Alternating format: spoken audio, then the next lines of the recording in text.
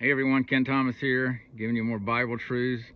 Just thinking today is here in Virginia as the snow just lingers on, and just thinking so many years ago when this verse tugged at my heart that I wanted to be that faithful messenger no matter what, that I would tell others about Jesus, and my life has never been the same. That's the best, that has driven me over the years to know, just that feeling of sharing Christ and seeing somebody get saved. And got so many stories, so many just rejoicings that we have from over the years, and the Lord has been so good to us.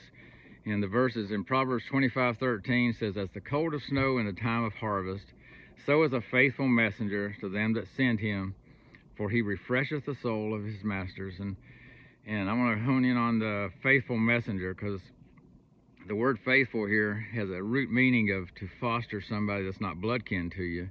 And it's kind of interesting because the word truth in the Bible also has the same root, where we're going out to witness to somebody that we're not have any ties to. And that's exactly what Jesus did to us.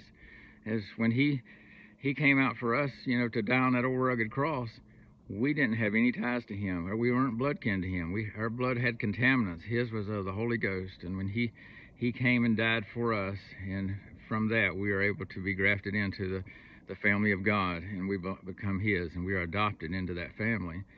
And so to be a faithful messenger, that's just what I always wanted to be. And the word messenger itself has a meaning of beauty, and not of the world, not of this world, not the type of beauty that we think of when we think of beauty.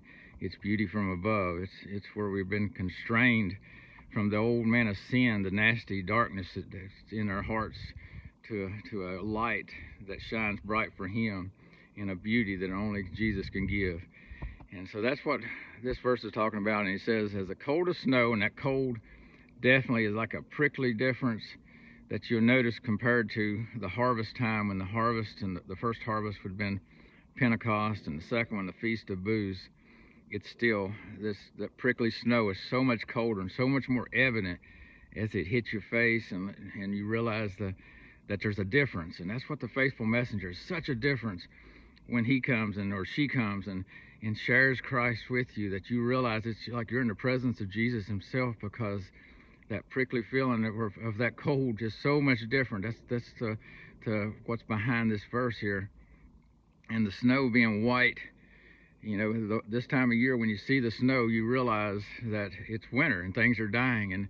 And so the snow represents a time when the harvest is past and we're with Jesus, and the white represents our purity and being bleached white as snow from our life, from an old life of sin to a new life in Jesus. And also this white snow represents a time of lost opportunity for those who don't trust Jesus, because it is the winter and the harvest has passed for those as well.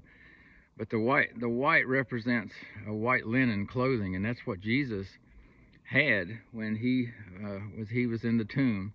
And Peter ran to him, and that's all he found was the white linen from where his death garments were on him.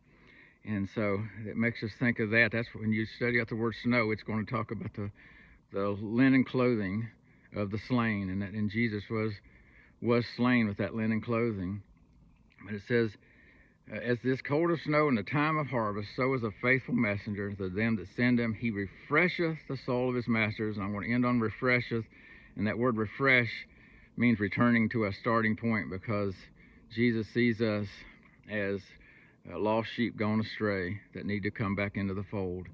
And he wants you back today. He wants you to be his. He wants you to know his truth, that feel his love, that his blood was shed for you, had no kin to you, but he shed it just because he loved you so much. And he wants you back. He wants you to be his. And I pray this has been a blessing to you. I'll see you next time. Bye.